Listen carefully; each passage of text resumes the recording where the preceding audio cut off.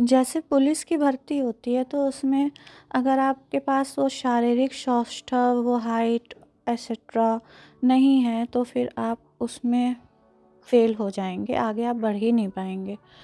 तो आध्यात्म के लिए हमारे पास एक बहुत इम्पोर्टेंट चीज़ होनी ज़रूरी है और वो है मनुष्य होना।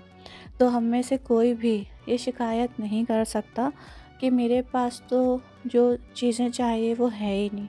तो मनुष्य होना ही सबसे बड़ा क्वालिफ़िकेशन है। अब नेक्स्ट स्टेप आती है कि अगर आप पुलिस की भर्ती में शामिल हो गए तो इसका ये मतलब नहीं है कि आप सब कुछ सीख गए।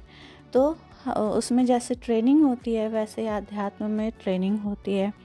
फिर फाइनली ट्रेनिंग भी जो होती है वो एक फ़िक्स्ड टाइम पीरियड की होती है और उसमें रोज़ प्रतिदिन, प्रति हफ़्ता, महीने के हिसाब से होती है। तो ऐसा नहीं होता है कि आपकी भर्ती हुई और आप सीधे जो है उस लायक हो गए। तो हम लोग शिकायत यही करते हैं आध्यात्म की, अभी हम क्या करें, हम तो अभी उस काबिल ही नहीं हुए, अभी तो हमारे अंदर पवित्रता ही नहीं आई, अभी ये नहीं आया, अभी वो नहीं आया। और ये एक तरीके से बहाना है क्योंकि हम उस ट्रेनिंग से बचना चाहते हैं। तो जब भी हमें अपने आप को एसेस करना हो कि अभी हमारी क्या करंट रिपोर्ट है, तो हमें ये देखना चाहिए क्या हम एक स्टेप ऊपर चढ़े, क्या हम 2 स्टेप ऊपर चढ़े। तो ये फालतू के बहाने बनाने बंद करिए और धीरे-धीरे आगे बढ़िए और इनको अपने आलस और अ,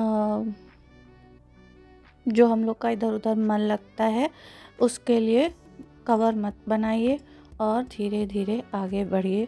क्योंकि मैं अपनी आँखों के सामने देख रही हूँ कि बहुत वृद्धावस्था आ गई है और उसके आगे भी जो होता है उसके करीब आ गए हैं, लेकिन कुछ भी नहीं किया। बस यही कहा कि हम तो वहाँ पहुँच ही नहीं पाए, ऐसा लगता है हम तो वहाँ पहुँच ही नहीं पाएँगे।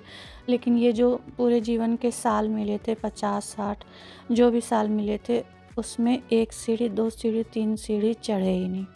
तो क्या ही कहा जाए। जय सिया राम।